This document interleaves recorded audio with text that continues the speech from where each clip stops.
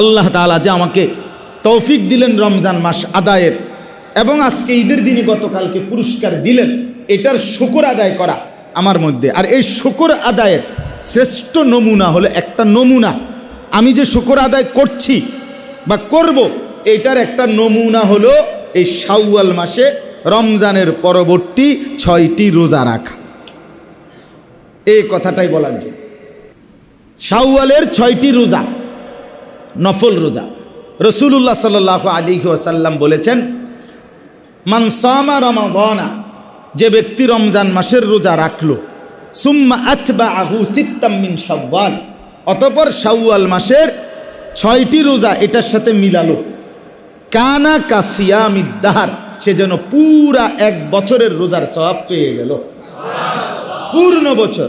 কিভাবে? মুফাসসিরিনে কেরাম লিখছে, আপনার সহজ হিসাব, যেই কোনো নেক আমলের প্রথম পুরস্কার 10, একের সারা বছর সবসময় 10-এর নিচে নাই। এই ডান কাদের যে ফেরেশতা নেকি লেখে, এবটার ঘরে এবটার কাছে যে খাতাটা, এটার ভিতরে 1 2 3 4 5 6 7 8 9 এ পর্যন্ত নাই, মানে সিস্টেমে নাই। বোঝেন নাই কথাটা? ওনার এখানে এই 9 পর্যন্ত কোনো ঘরে নাই। প্রথম শুরুই কত থেকে? 10 থেকে শুরু, এর নিচে নাই। এই ঘরে আছে, ওনার কাছে আছে 1 2 3, কিন্তু এখানে 1 2 3 নাই, এখানে 10, এর ঊর্ধ্বে উঠে 10-এর উপরে। তো এখন 1 মাস যদি কেউ রোজা রাখে, তাইলে বরাবর কমপক্ষে 10 মাস, একে কত? 10, তাইলে কত হইল? 1 মাসে 10 মাস। না, এমনি হিসাব কর, 1 মাসে কয় মাস? ওই 300 কেন বললাম না? কোনো মাস 29 দিনে যায়, কোনো মাস 30 দিনে যায়। তো এটা লইয়া কোনো চিন্তার বিষয় না। আমার মাস 29 দিনে হইলেও মাস, 30 দিনে হইলেও কি মাস। তাহলে 1 মাসে কয় মাস? 10 মাস। আর 6টা রোজা যদি কেউ রাখে, এখানে এসে সংখ্যা গুনেন, 6 রোজার 1 রোজা, কমপক্ষে 10টা রোজা, তাইলে 6 10-এ কত? 60। আর 60-এ হইল কয় মাস? 2 মাস। আগে আসিল কয় মাস? এ কত হইল? তো 12 মাসে কয় বছর? 1 বছর। এটা হলো সহজ হিসাব, বুঝছেন? একেবারে সহজ হিসাব হইল 1 বছরের সওয়াব পেয়ে গেল। এই জন্য এখন আপনাদের কাছে এই 3টা কারণে, 1 নাম্বার মানে 3 কারণে 6 রোজা রাখা উচিত। 1 নাম্বার কারণ হলো, রাসূলুল্লাহ সাল্লাল্লাহু আলাইহি ওয়াসাল্লাম বলেন, ফরজ এবং ওয়াজিব ইবাদতে বান্দার যদি কোনো ত্রুটি হয়, সুন্নত এবং নফল নামাজের দ্বারা তার ঘাটতি পূরণ হয়। এই জন্য আমাদের রমজানের এই 1 মাসের রোজাতে যা কিছু ত্রুটি বিচ্যুতি হয়েছে ফরজের, এই 6 রোজার দ্বারা সেই ঘাটতিটা আল্লাহ তাআলা পূরণ করে দিবেন। 2 নাম্বার, কোনো ইবাদত, দ্বিতীয় কারণ হইল 6 রোজা রাখার কি কারণে রাখবেন। দ্বিতীয় কারণ হইল, কোনো ব্যক্তি কোনো ইবাদত করার পর এটা কবুল হয়েছে কিনা, আল্লাহর কাছে কবুল হলো কিনা। আমাদের এরকম একটা মানসিক প্রশ্ন আছে কিনা, আল্লাহ কইতে আরে ভাই কবুল হলো কিনা, আল্লাহ যদি কবুল করে আরে আমরা কই না। তো এটার একটা দুনিয়াবি নমুনা আছে, সহজ। কোনো ব্যক্তির আমল কবুল হলো কিনা এটার একটা বাহ্যিক নমুনা, দুনিয়াতে বুঝার একটা বাহ্যিক সিস্টেম আছে। কি জানেন?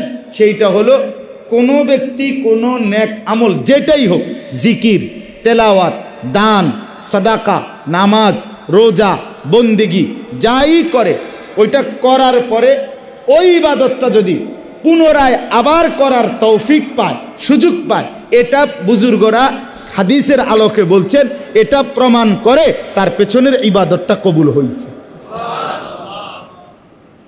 বুঝছেননি আমার কথাটা? এটা আপনি বলেন তো একবার সুবহানাল্লাহ, আবার বলেন, আবার বলেন। এই প্রথমবার কবুল হইছে দেখা দ্বিতীয়বার বলার তৌফিক হইছে, দ্বিতীয়বার কবুল হইছে দেখা তৃতীয়বার বলার তৌফিক হইছে। হ্যাঁ হ্যাঁ, এটা ওলামায়ে কেরাম বলছে।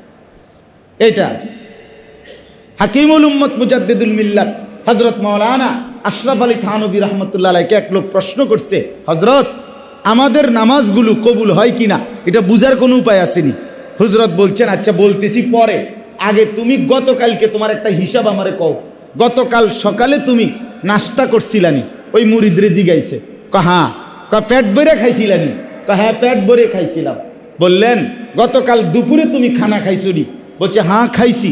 সকালে না তুমি পেট ভরে নাস্তা খাইলা, আবার দুপুরে খাইতে গেলা কেন? হজরত প্রশ্ন করলেন। লোকটা বললেন, হজরত সকালের নাস্তা দুপুর হতে হতে হজম হয়ে গেছে, আবার ভোক লাগছে, এজন্য দুপুরের খানা খাইছি। বললেন দুপুরবেলা পেট ভরে খাইছো নি? হ্যাঁ পেট ভরে খাইছি। তো বললেন যে গতকাল রাতে আবার খানা খাইছো নি? বলছে হ্যাঁ খানা খাইছি। তুমি না দুপুরে পেট ভরে খাইলা, তারপর রাইতে খাইতে গেলা কেন? বলল হজরত রাত্রের আগে আগে আবার দুপুরের খানা হজম হয়ে গেছে, নতুন করে ভোক লাগছে, এই জন্য আমি রাত্রের খাবার খাইছি।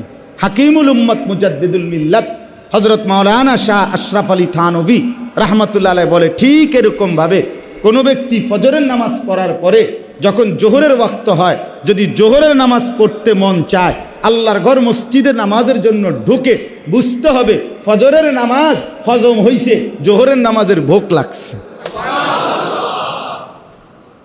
ওই যে উনি কইছে, হ্যাঁ ওকে, কি নাম আপনার? হ্যাঁ এম আলী আশরাফ ভাই। ভাই বুঝছি কইছে যে অর্থাৎ ওকে, ঠিক কইছেন, মানে দারুণ মিলছে, ঠিক কিনা বলেন? হ্যাঁ দারুণ কথা। এটা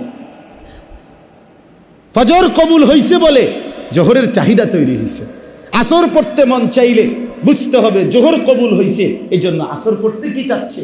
মন চায়। অতএব কোনো ব্যক্তি এক ইবাদত কবুল হওয়ার প্রমাণ, লক্ষণ, বাহ্যিক নিদর্শন যে ওই ইবাদত পুনরায় করতে পারা।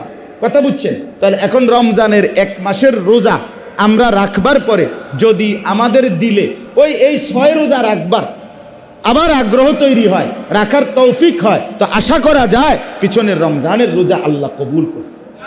এই জন্য নতুন করে আবার রোজা রাখবার কি দিছেন? আল্লাহ তৌফিক দিছেন, আপনি রাখছেন। তাহলে এই 3 কারণ হলো। 1 নাম্বার হলো আমাদের ত্রুটি বিচ্যুতির কাফফারা হবে কিসের দ্বারা? এই 6 রোজার দ্বারা। 2 নাম্বার হলো আমি যদি 6 রোজা রাখতে পারি তো আশা করা যায়, প্রমাণ হবে, বাহ্যিক একটা নিদর্শন বোঝা যাবে আমার পিছনের রোজা আল্লাহ কবুল করছেন বলেই আমারে নতুন করে আবার রোজা রাখবার কি দিছেন? তৌফিক দিছেন। আর 3 নাম্বার, আল্লাহ যে আমাকে এত বড় রমজান দিলেন, এতগুলো সুযোগ দিলেন, আমি যে কিছুটা ইবাদত করতে পারলাম, হায়াত পাইলাম, সবে কদর জাগলাম, তারাবি পড়লাম, এগুলোর শুকর আদায়ের জন্য, কৃতজ্ঞতা আদায়ের জন্য আল্লাহ তাআলার দয়ায় এই 6টি রোজা রাখার তৌফিক যার হলো, সে যেন আল্লাহর শুকর আদায় করল। কি আদায় করলো? তাইলে ইনশাআল্লাহ এখন বলেন, আমি দেরি করলাম কিন্তু আপনাদের কাছে এই কমপক্ষে চোখের সামনে সবাই আমরা নিয়ত করি যে আমরা 6টা রোজা রাখবো। বলেন ইনশাআল্লাহ। মাশাআল্লাহ, এ খুব কঠিন কিছু না, ঠিক না? 3 ভাবে রাখতে পারেন। একসাথে 6টা রোজা একবারে ধারাবাহিক রাখা ফেললেন, কোনো সমস্যা নাই। 2 নাম্বার, পুরা মাস মিলাইয়া আপনি 2টা একটা কইরা, একটা রাখেন, বন্ধ করেন, আবার 2টা রাখেন, আবার রাখেন, মানে এভাবেও রাখতে পারেন, কোনো অসুবিধা নেই। ভাঙ্গা পুরা মাস মিলাইয়া, আজকে 2 তারিখ নাকি?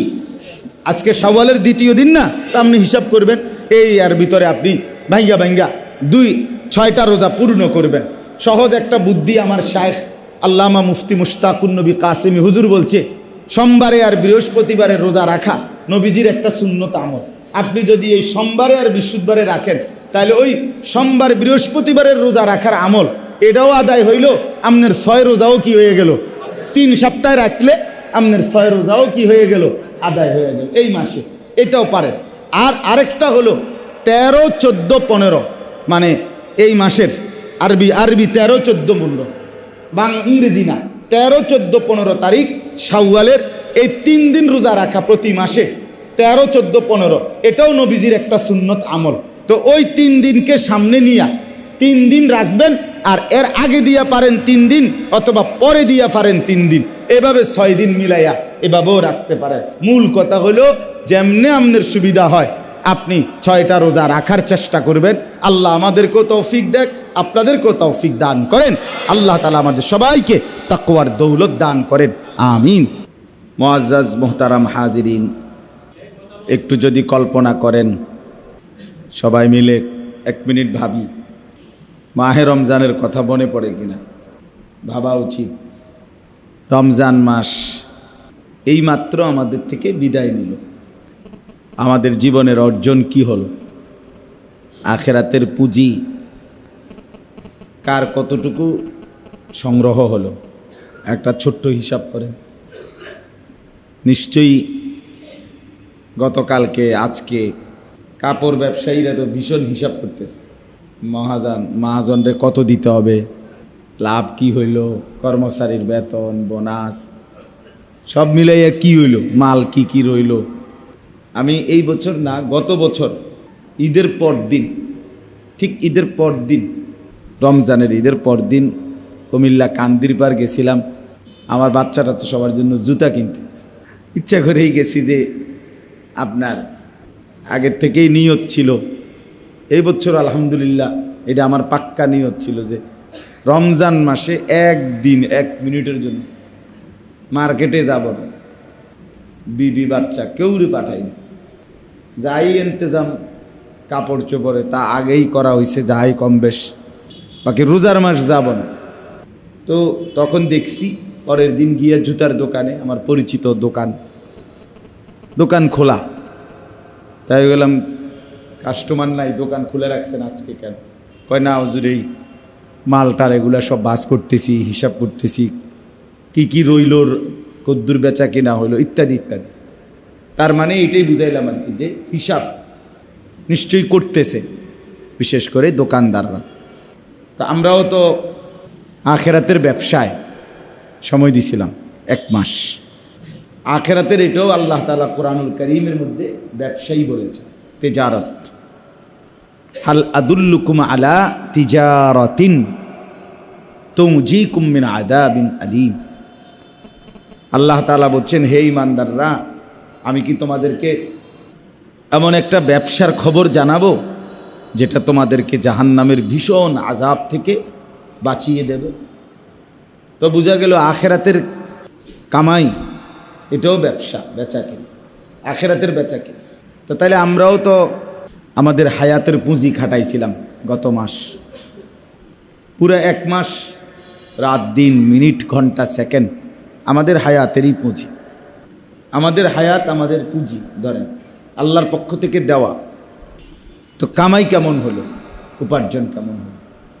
ইস্তাফতি কলবাক, আপনি আপনার দিলকে জিজ্ঞেস করেন, কি বুঝতেছেন শরীরের অবস্থা, দিলের হালাত কি, অন্তরের অবস্থা কি?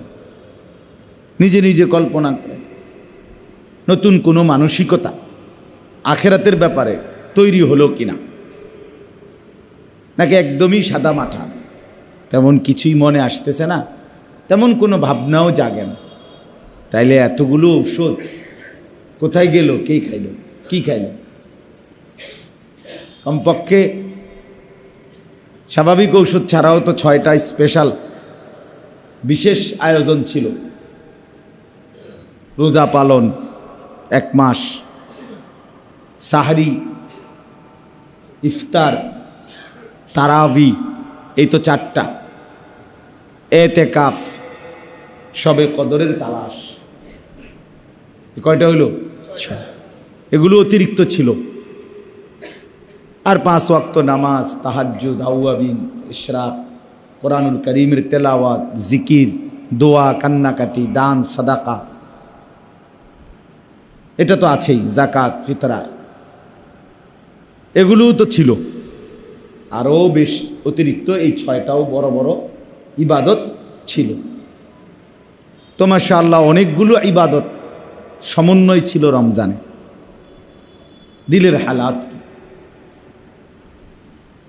নবী সাল্লাল্লাহু আলাইহি ওয়াসাল্লাম ইরশাদ করেছেন,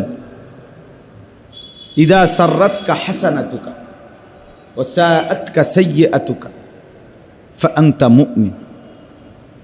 যখন তোমার নেক কাজ তোমাকে আনন্দিত করে, যখন তোমার গুনাহ তোমাকে ব্যথিত করে, কষ্ট দেয়, আহা কি করল, আর নেক কাজে তৃপ্তি বোধ হয় যে আলহামদুলিল্লাহ এবছর রমজানটা ভালো কাটছে, এবার আলহামদুলিল্লাহ ইতিকাফ করতে পারছি, আলহামদুলিল্লাহ এবার শবে কদরের রাতে লম্বা সময় জাগছি, আলহামদুলিল্লাহ এবার রমজানে মিশা কথা সিটারি বাটপারি তেমন একটা করি নেই। এই যে সব মিলাই একটা হৃদয়ের মধ্যে আত্মতৃপ্তি, এটা যদি আসে যে কোনো নেক আমলের ক্ষেত্রে এবং গুনাহ হয়ে গেলে আফসোস লাগে, তো আল্লাহ নবী সাল্লাল্লাহু আলাইহি ওয়াসাল্লাম ইরশাদ করেছেন, তাহলে তুমি মুমিন, তাহলেই তুমি ঈমানদার। তাহলে আমরাও ভাবি, নবী সাল্লাল্লাহু আলাইহি ওয়াসাল্লাম ইরশাদ করেছেন, আল কাইয়িসু মান দানা নাফসাহু ওয়া আমিলা লিমা বা'দাল মাউত। প্রকৃত বুদ্ধিমান, কাইয়িস মানে বুদ্ধিমান, বিচক্ষণ, সে যে তার নিজের নফসের, নিজের ভেতরের হিসাব করে, খেয়াল করে। ওয়া আমিলা লিমা বা'দাল মাউত, এবং মৃত্যু পরবর্তী জিন্দেগির জন্য আমল করে, সে বুদ্ধিমান। আমার মৃত্যুর পরে আমার জীবনের অংশ আছে। আমার মৃত্যু মানে হারিয়ে যাওয়া না, মৃত্যু মানে ভাইসা যাওয়া না, মৃত্যু মানে শেষ না।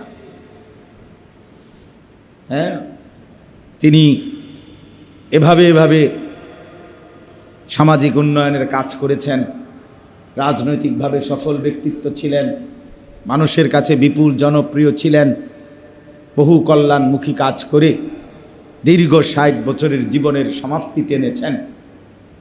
আমরা শোক সন্তপ্ত পরিবারের প্রতি গভীর সমবেদনা প্রকাশ করছি। এসব বক্তৃতা মারলে হইতো না, শুধু এক জীবনে আপনার এই 2-4টা সুন্দর সাজানো গুছানো শব্দ বলে আপনি মূল্যায়ন করে দিলেন, খালাস, সমাপ্তি করলেন। কি সমাপ্তি? 60 বছর জীবন পার করে যে মৃত্যুবরণ করলো সে সমাপ্ত? বলেন সমাপ্ত না, খালাস। আর কোনো হিসাব কিতাব তার আর কোথাও যেতে হবে না, কোথাও কিছু করতে হবে না, নাকি বিষয়টা এমন? তা আমরা তো এইভাবে বলি না, ভদ্রলোকরা এভাবে বলে, বক্তব্য দেয়। এভাবেই তিনি তার বর্ণাঢ্য জীবনের সমাপ্তি টেনেছেন। না না না, উনি সমাপ্তি টানেন নাই, এভাবেই তিনি তার আগামী হিসাবের মুখোমুখি হচ্ছেন। হিসাবের কি মুখোমুখি হচ্ছে? 60 বছরের ভালো মন্দের চুলচেরা বিশ্লেষণ হবে, সেকেন্ড সেকেন্ড, মিনিট মিনিট হিসেব হবে। এক চোখের একটি পলকও হিসাবের বাইরে থাকবে না, নিঃশ্বাসের প্রতিটা আসা যাওয়া হিসাবের বাইরে হবে না, কদমের প্রতিটা পায়ের ছাপ হিসাব হবে, ফয়সালা। এটাই বাপ আমার, বন্ধু আমার জন্য, আপনাদের জন্য হিসাব করা যায়। ওয়া আমিলা লিমা বা'দাল মাউত।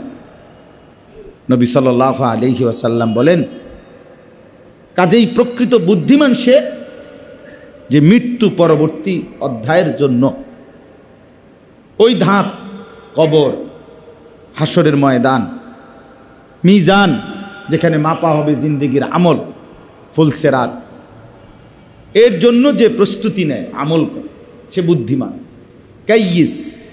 ওই যারা আরব দেশে থাকেন জানে অনেক, মানে অ্যারাউন্ড গ্রাম্যভাবে বললে আরবি এটা বলে তারা, কোয়াইস, মানে কোয়াইস, কোয়াইস মানে কাইয়িস। হ্যাঁ ঠিক আছে, আমরা এমন কোনো ওকে, হ্যাঁ শাব্বাস বেটায়, এই আরবরাও এটা কোয়াইস। এই আল্লাহ নবী বলছেন আল কাইয়িস, সে বুদ্ধিমান যে মৃত্যু পরবর্তী জিন্দেগির জন্য কিছু করে এবং নিজের নফসের হিসাব করে। কোরআনুল কারীমে আল্লাহ তাআলা বলছেন, ইয়া আইয়ুহাল্লাযীনা আমানুত্তাকুল্লাহ ওয়াল তানজুর নাফসুম মা কদ্দামাত লিগাদ। হে ঈমানদারগণ, আল্লাহকে ভয় করো, তাকওয়া অর্জন করো, এবং ওয়াল তানজুর নাফসুম মা কদ্দামাত লিগাদ, প্রত্যেকটি নফস হিসেব করো, লক্ষ্য করো, খেয়াল করো প্রত্যেকেই লক্ষ্য করো, আল্লাহ বলছেন মা কাদ্দামাত লিগাদ, আগামীকাল আখেরাত, আগামীকাল কিয়ামত, আগামীকাল কিয়ামতের জন্য, আগামীকাল হিসাবের মাঠের জন্য মা কাদ্দামাত, আজ তুমি কি পাঠাইছ, কি প্রেরণ করেছ তুমি আখেরাতের জন্যে, সেটা হিসাব করো। আল্লাহ বলছেন, আবার বলতেছি বান্দা, এই শুনতেছ, ওয়াত্তাকুল্লাহ, খামখেয়ালি করো না, কিন্তু বারবার বলতেছি, কিন্তু আমি ঠিক যেভাবে বলছি এভাবে যাইবা, এই রাস্তা দিয়ে যাইবা, এটাই করে আসবা। মানুষ গুরুত্ব দিতে গিয়ে আমরা বলে না, এই সাবধান, কিন্তু কথার যেন নড়চড় না, খেয়াল করবা। তো আল্লাহ তাআলা বলছেন ওয়াত্তাকুল্লাহ, আবার বলছি বান্দা আমাকেই ভয় করো, আমাকেই ভয় করো, খামখেয়ালি করো না বিষয়টা। আমি আল্লাহ তাআলা পুরাপুরি খেয়াল রাখতেছি। এইটা কোরআনুল কারীমের এই একটি আয়াত, যে আয়াতে আল্লাহ তাআলা ইত্তাকুল্লাহ এই কথাটা আল্লাহ তাআলা দুইবার বলছেন। এখানে শুরুতে একবার বলছেন ইয়া আইয়ুহাল্লাযীনা আমানুত্তাকুল্লাহ, হে ঈমানদারগণ আল্লাহকে ভয় করো, আর হিসেব করো প্রত্যেকেই আগামীকাল কিয়ামতের জন্য আজ কি পাঠিয়েছ। এটা বলে আবার বললেন ওয়াত্তাকুল্লাহ, আবারও বলছি কিন্তু আমাকেই ভয় করো। কথাটা খেয়াল করো, ইন্নাল্লাহা খাবীরুম বিমা তা'মালুন, নিশ্চয়ই আল্লাহ তাআলা তোমরা যা করছো তার পুরা খবর রাখছেন। এক সুতা, এক জাররা, এক বিন্দু, মা তাসকুতু মিন ওয়ারাকাতিন ইল্লা ইয়ালামুহা, আল্লাহ বলেন এই জমিনের মধ্যে একটি পাতা, পৃথিবীর কোন প্রান্তে একটি গাছের পাতা পড়ে না যেটা তিনি জানেন না। একটা কি, যার চোখের আড়ালে না, যার হিসাবের বাইরে না। মা তাসকুতু মিন ওয়ারাকাতিন ইল্লা ইয়ালামুহা ওয়া ওয়াজাদু মা আমিলু হাদিরা, আল্লাহ বলছে বান্দা তোমরা যা করেছিলে তা পুরাটা হাসরের ময়দানে তোমাদের আমলনামায় তোমাদের সামনেই উপস্থিত পাবা। মজার বিষয় হলো দিলের মধ্যে যত কিছু আসা যাওয়া করছে, অন্তরে কত কল্পনা, কত প্ল্যান, কত প্রোগ্রাম, ভালো মন্দের কত চিন্তা, পরের নারী, পরের মেয়ে, পরের রাস্তার নর্তকী নিয়ে আপনি কত কল্পনা করছেন, এই করে লাইলেন হলে, এই করে লাইলেন হলে, হ্যাঁ, কত অসভ্য, কত নোংরা চিন্তা করছিলেন আমিও আপনিও। আল্লাহ তাআলা বলেন সেটাও, এই পুরো দিলের সমস্ত কথাগুলো, তোমার কল্পনা জল্পনাগুলোও হাসরের ময়দানে লিখিত আমলনামার মধ্যে তুমি দেখতে পাবে।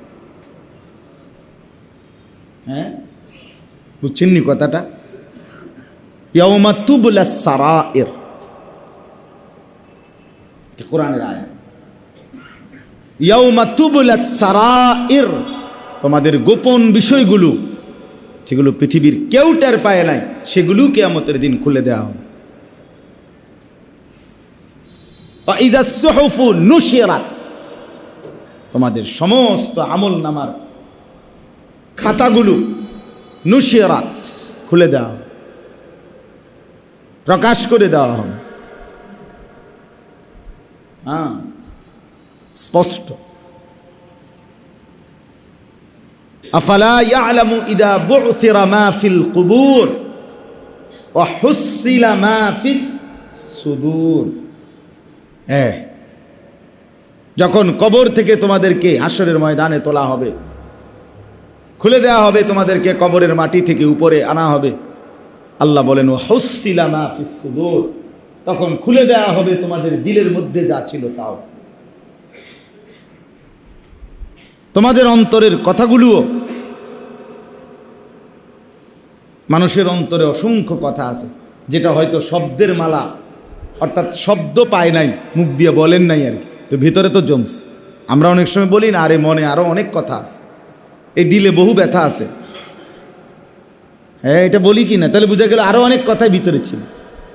আবার অনেক সময় বলি আরও কইলাম হইলে, যা সব মতো ফাইলে আরও কইলাম হইলে রে, ছেড়ে দিলাম। দাঁত কামড়াইয়া ঠোঁট আল্লাহ দিছেন এই মানুষের কথা ফিরাবার জন্য, এটা একটা উদ্দেশ্য।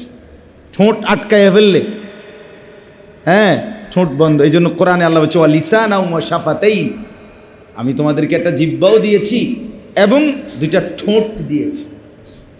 কেন? কারণ তোমার দিলের সব কথা যদি একবার মেশিন অন করতাম, মানে কথা শুরু করতাম, আর যদি এটা বন্ধ করার কোনো সিস্টেম না থাকতো, তাইলে যা ছিল ভিতরে সব বাইরে গেল।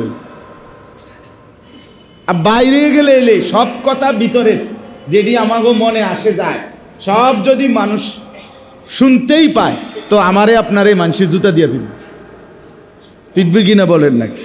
বেড়া বাবদুল একবারে বাইজিদ বুস্তামি আব্দুল কাদের, তুমি তো সিটারের হদ্দারে না, ইডিনি লইয়া বইয়া রইছো ভিতরে, এইসব কথা নি ভিতরে ভিতরে ভাবো। আর এমনি বুজুর্গি বাপ দেখাও, টাঙ্গাইয়া ফিট লইল। আল্লাহ তাআলা বলেন আমি দুইটা ঠোঁট দিয়েছি, এই দুই ঠোঁটে যখনই বন্ধ করে সাথে সাথে কথাগুলো এখান পর্যন্ত আইসা আবার পিছিয়ে যায় না, আবার চলে যায় ভেতরে। এই জন্য এই আমার এতগুলো কথার অর্থ এটাই, এতগুলো আয়াত মনে করাই দিচ্ছি শুধু এটা আমাকেও আপনাকেও, যে একটু ইনসাফের সাথে চলেন, ভেবে দেখেন মাহে রমজান আমাকে কি দিল, আমি কি পেলাম। কালকেও আমি বলছি তাকওয়া ছিল মূল মাকসাদ। আল্লাহ তাআলা বলছেন লাআল্লাকুম তাত্তাকুন, কেন রোজা দিলাম বান্দা? শুধুই কেবল তোমাকে খাবারের কষ্ট দেওয়া না, তোমার বৈধ হালাল স্ত্রী তার থেকে তোমাকে দূরে সরিয়ে রাখা, এটা আমার মোটেই উদ্দেশ্য ছিল না বান্দা।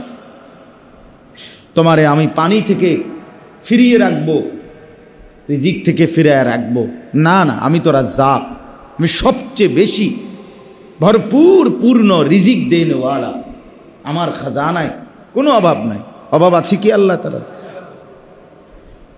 আল্লাহ নবী সাল্লাল্লাহু আলাইহি ওয়াসাল্লাম বলেন পৃথিবীর সমস্ত জিন এবং মানুষ যদি এক মাঠে একত্রিত হয়, যারা প্রথমে ছিল তারা, যারা শেষে ছিল তারা, সমস্ত পুরুষ, সমস্ত নারী, সমস্ত বাচ্চা, সমস্ত জওয়ান, সমস্ত বুড়ো, সকলেই যদি এক মাঠে কামু ফি সাঈদিন ওয়াহিদ, একটি মাঠে যদি একত্রিত হয়, অতঃপর প্রত্যেকেই তাদের নিজ নিজ প্রয়োজন একসাথে দাঁড়িয়ে একই মাঠে একসাথে বলে চাইতে থাকে আল্লাহর কাছে, রাসূল আকরাম সাল্লাল্লাহু আলাইহি ওয়াসাল্লাম বলেন আল্লাহ তাআলা ওইখানে রাইখাই সকলের সমস্ত প্রয়োজন পূরণ করে দিবেন, মা নাফিদাত মিন খাজাইনিহি শাইউন, আর এতে করে আল্লাহর খাজানা থেকে এক জাররাও কমবে না। না, কমবে না। হ্যাঁ, এক বিন্দুও করবে না, কমবে না। নবীজি উদাহরণ দিছে খুব সুন্দর। তুমি মনে করো, তুমি যদি বলো যে কিচ্ছু কমবে না, এই যেগুলো দিছে এগুলো কমতো না, বোঝেন নাই, মানে যে যেটি দিছি এটি তো কমপক্ষে কমবার কথা, আচ্ছা অল্পই হোক না। তো নবী সাল্লাল্লাহু আলাইহি সাল্লাম উদাহরণ দিছে চমৎকার। আচ্ছা বলো, মহাসাগরের অথই পানিতে কেউ যদি সুঁইয়ের অগ্রভাগ চুবাইয়া সুঁইয়ের আগাটা ভিজায়, তো একটু পানি তো লাগছেই, কিন্তু মহাসাগরের কি কমছে? এটা নবীজি উদাহরণ দিয়ে বুঝে। ভেবে দেখো, এক অথই মহাসাগরে একটা সুঁই যদি কেউ চুবায়, সেখানের অগ্রভাগে যেটুকু পানি লাগে সেটা কি আর কম? না, সাগর কমে গেছে, জাহাজ বন্ধ হয়ে গেছে। কিছে? ওই যে পানি নিচে না, লঞ্চ স্টিমারগুলো বন্ধ হয়ে গেছে নাকি? তাইলে এই মালিকের খাজানা এটুকুও কমে না। সুঁইয়ের অগ্রভাগের পানিটুকুও কমে না। তাইলে আল্লাহ তাআলা কোনোভাবেই লা নাসআলুকা রিজকা নাহনু নারযুকুক, আল্লাহ বলে বান্দা আমি কারো রিজিক সহযোগিতা চাই না, আমি একাই সকলকে রিজিক দিচ্ছি, আমার কাছে আছে বান্দা। ওয়াফিস সামাই রিজকুকুম ওমা তুআদুন, আল্লাহ বলে তোমাদের সকলের রিজিক আসমানে, এবং তোমাদেরকে যা যা ওয়াদা দিছি আমি দেব দুনিয়া সবই আসমান, মানে আমার কাছে। আমি বৃষ্টি দিলে জমি ভিজে, মাটি ভিজে, শুকনো মাটি উর্বর হয়, সেই আবার মাটি থেকে তোমাদের জন্য ফসল উৎপন্ন হয়। এ তো আসমান থেকে বৃষ্টি নামে আগে। এই জন্য বাপ আমরা ভাবা দরকার ইনসাফের সাথে।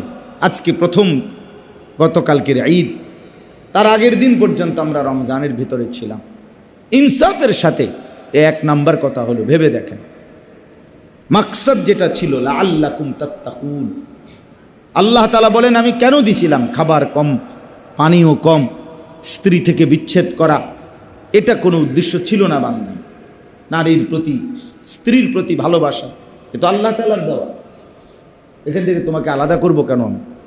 অমিন আয়াতিহি আন খালাকা লাকুম মিন আনফুসিকুম আজওয়াজা, আল্লাহ তাআলা বলেন আমার কুদরতের নিদর্শন, আমি তোমাদের পুরুষদের শরীরের দেহের অংশ থেকেই তার স্ত্রীকে সৃষ্টি করেছি।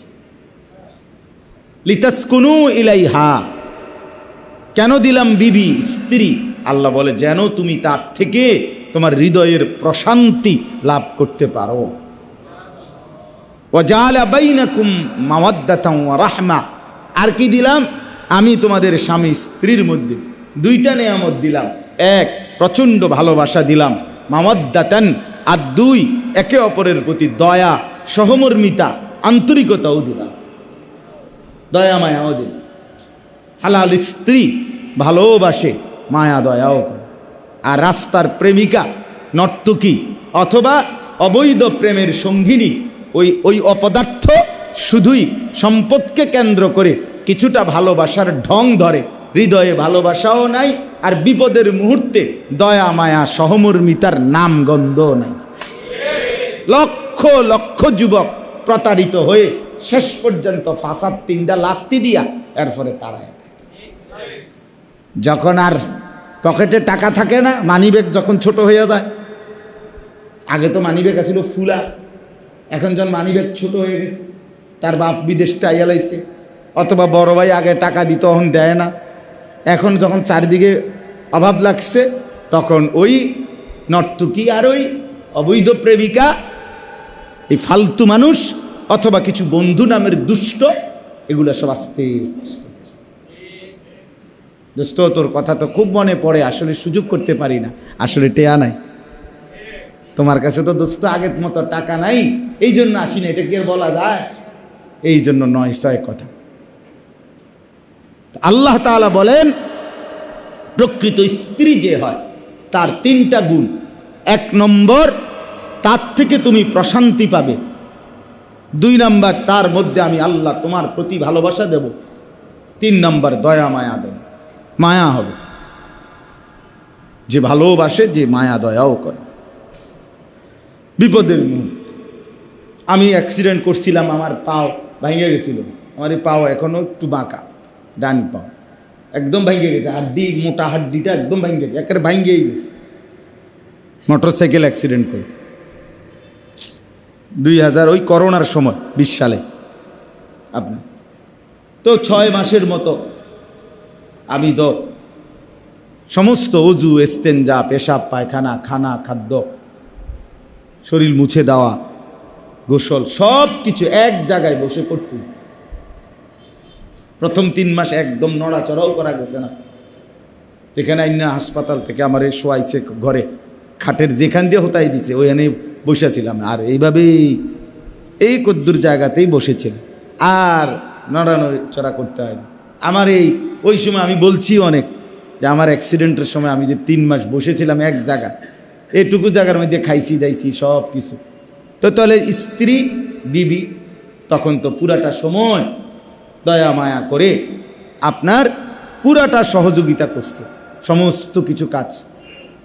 তাইলে এই আল্লাহ পক্ষ থেকে পবিত্র হালাল স্ত্রী ভালোবাসাও দেয়, দয়া মায়াও কি। ও তো বলতেছিলাম ওই সময় আমি বুঝছিলাম একটা জিনিস, তখন আমি অনেক মাহফিলে পরে বলছিলাম যে কবরের এই কদ্দুর জায়গাতে মানুষ থাকবে কেমনে। আমি ভাবছি এটা একটা সহজ বিষয়, কারণ আমি তো 3 মাস এইখানে এই কদ্দুর জায়গা লইয়েই থাকছি। আমার আর bedroom, drawing room, dining room কিচ্ছু লাগছে না, এই কদ্দুরে সারছি। আমি তো এই কদ্দুর জায়গায় আমার জীবন ছিল, তার অসুবিধা কি, এত হুড়াহুড়ির কি দরকার। তো এই জন্য বললাম আমরা প্রত্যেকেই আপনার এটা ভাবি আজকে অর্জনটা কি, তাকওয়া। কথা ছিল আল্লাহ তাআলা বলেন, বান্দা তোমার স্ত্রী থেকে তোমাকে বিচ্ছেদ করা, তোমাকে খাদ্য কষ্টে দেওয়া, পানীয়র কষ্ট দেওয়া মাকসাদ ছিল না, ছিল তোমার মধ্যে তাকওয়ার শক্তি। যেই শক্তিতে হুয়া মালাকাতুন ফিল কাল, কালকেও বলছি তাকওয়া কি জিনিস, যেটা আল্লাহ দিতে চাইছে সেটা হলো মালাকাতুন ফিল কাল। আমার শায়েখের বয়ান এটা, আমার শায়েখ আরিফ বিল্লাহ হাকিমুন নাফস আল্লামা মুফতি মুশতাকুন নবী কাসিম হুজুরের বয়ান আর বই আছে আলাদা তাকওয়া এই বিষয়ের উপর। তো অন্তরের মধ্যে একটা মালাকা, মালাকা মানে যোগ্যতা, হৃদয়ের মধ্যে অর্জিত একটি যোগ্যতার নাম তাকওয়া। যেই যোগ্যতা অর্জিত হলে একজন মুসলমান, একজন ইমানদার গুনাহ বর্জন করা তার জন্য সহজ হয়, ইবাদত আমলে লেগে থাকা তার জন্য সহজ। এটারে বলে, আর এইটা অর্জন যেন হয়, আমার ভিতরে যেন ওই পাওয়ারটা আসে, শক্তিটা অর্জিত হয় কিসের, গুনাহ বর্জন করার, আমলে লেগে যাওয়ার, বন্দিগিতে ডুবে যাওয়ার, আল্লাহর ইবাদত জিন্দিগির সাথে মিশায়া ফেলার এই শক্তি আসা, এটাই ছিল মূল মাকসাদ। এখন ঈদের চাঁদ উঠা থেকে আজকের ফজর নামাজ পর্যন্ত যাদের নামাজ ছুটে গেল তাদের হালাত তাকওয়া কোথায়, ওই শক্তি তো অর্জিত হলো বলেন। আর একটা প্রসঙ্গ, কোরআনুল কারীমের মধ্যে এখানে আল্লাহ তাআলা রমজানের একটা লক্ষ্য উদ্দেশ্য বলছেন, অনেকগুলো টার্গেটের মধ্যে এটাও একটা, ওয়ালাআল্লাকুম তাশকুরুন, সূরা বাকারার 185 নম্বর আয়াত। এই রমজানের ইবাদত পালন করার দ্বারা পূর্ণ হিসাব করে, ওয়ালি তুকমিলুল ইদ্দা, আল্লাহ তাআলা বলেন পূর্ণ গুণে একবারে পূর্ণ মাস রোজা পূর্ণ করো। যদি কোনো ওজরের কারণে, মুসাফির, অসুস্থতা, মহিলাদের মাসিক ঋতুস্রাব ইত্যাদি কোনো কারণে যদি রোজা ছুটেও যায়, তো পরবর্তীতে ওই পরিমাণ রোজা কাজা করে রোজার মাসের রোজাটা পূর্ণ করো। আর যাদের স্বাভাবিক তো আছে তারা পুরা মাস পূর্ণ করো।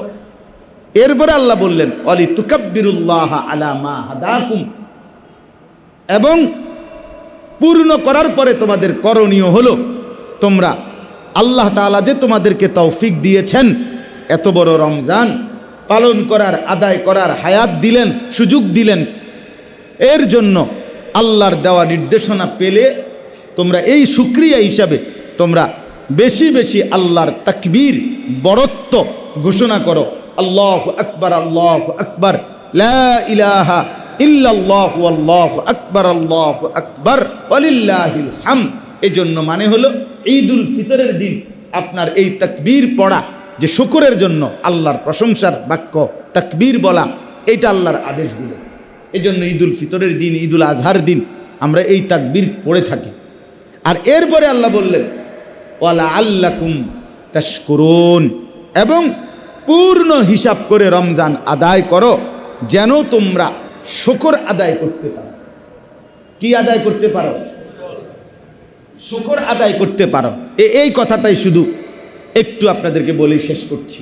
শুকর আদায় করা, রমজানের রোজার মাস, রোজা, ইফতার, তারাবি, শবে কদর, এতেকাফ, সাহারি, জিকির, তেলাওয়াত, এই যে একটা একেবারে যত কিছুই বলি, একেবারে পাষাণ মানুষেরও দিল কিছুটা হলেও রমজানকে কেন্দ্র করে একটু হলেও পরিবর্তন থাকে কিনা, একটা মানসিকতা আসেই আসে স্বাভাবিক।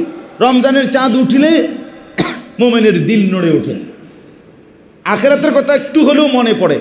তাহলে এই যে পরিবর্তনটা হইল, আল্লাহ যে তৌফিক দিলেন, আল্লাহ তাআলা বলেন এই মাস দিলেন, ইবাদতের তৌফিক দিলেন, হৃদয়ের মধ্যে একটু অবস্থার পরিবর্তন করলেন, এগুলোর জন্য তুমি আল্লাহ তাআলার শুকর আদায় যেন করতে পারো, আল্লাহর কৃতজ্ঞতা যেন আদায় করতে পারো, এই জন্য রমজান দিলাম, এই জন্য 1 মাস দিলাম। তাহলে আমার ভিতরে যেন শুকরের অনুভূতি, কৃতজ্ঞতার অনুভূতি যেন তৈরি হয়, এই জন্যও রমজান। কি অনুভূতি কোন? শুকরের অনুভূতি, কৃতজ্ঞতার অনুভূতি, আল্লাহ তাআলার প্রতি কৃতজ্ঞ হওয়া। এখন মুফাসসিরিনে কেরাম, ওলামায়ে কেরাম, এই কৃতজ্ঞতা কোনো ব্যক্তির ভিতরে শুকর আদায় করা, যে আমি রমজানের 1টা মাস রোজা রাখছি, ঈদুল ফিতরের দিন আল্লাহ তাআলা আমাকে পুরস্কার দিয়েছেন। গতকাল ঈদুল ফিতরকে ইয়াউমুল জাইজা বলে, পুরস্কারের দিন। ওই দিন আল্লাহ তাআলা পুরা মাস রমজানের ঠিক আদায় করে ঈদের ময়দানে নামাজের জন্য যে আসে, আল্লাহ তাআলা ওই সময় পুরস্কার ঘোষণা করে। হাদিসে আছে, ফেরেশতাদেরকে লক্ষ্য করে আল্লাহ জিজ্ঞেস করে, ফেরেশতারা বলো তো কোনো বান্দা তার উপরে অর্পিত ডিউটি পূর্ণ আদায় করল, এখন তাকে আমি কি করা উচিত? তো আল্লাহ তাআলা বলেন, আরে ফেরেশতারা বলেন, আল্লাহ যেই পারিশ্রমিক দিবেন কইছেন, যেই কথা কইয়া ডিউটি নামাইছেন, ওইটা পূর্ণ দিবেন। বুঝেন নাই কথাটা? আপনি তো একটা কথা কইয়া নামাইছেন না করে, তারা তো একটা আশা ভরসায় রোজা রাখছে, ইফতার করছে, সাহারি করছে, তারাবি পড়ছে, এতেকাফ করছে, আপনার সবে কদরের রাত জাগছে, তো এইটা এখন দিবেন? আল্লাহ তাআলা বলছে ঠিক আছে, হ্যাঁ, ওয়া ইজ্জতি ওয়া জালালি ওয়া ইরতিফা'i মাকানি ওয়া উলুভি, আমার ইজ্জতের কসম, আমার শ্রেষ্ঠত্বের বড়ত্বের কসম, আমার সুমহান মর্যাদার কসম, যাও ফেরেশতা, তোমাদেরকে সাক্ষী রেখে আজকে ঈদের দিনে আমি ঘোষণা দিলাম, আমার বান্দাদেরকে আমি মাফ করে দিলাম। ফেরেশতারা তখন খুশিতে আত্মহারা হয়ে ওই মুসল্লিদেরকে সবাইকে বলে যে চলো, আল্লাহ তাআলা তোমাদেরকে মাফ করে দিয়েছেন, ফারজিউ রাশিদিনা, তোমরা খুশি সন্তুষ্ট চিত্তে সফলতার, কৃতজ্ঞতার, সফলতার চিহ্ন নিয়ে তোমরা ঘরে ফেরো।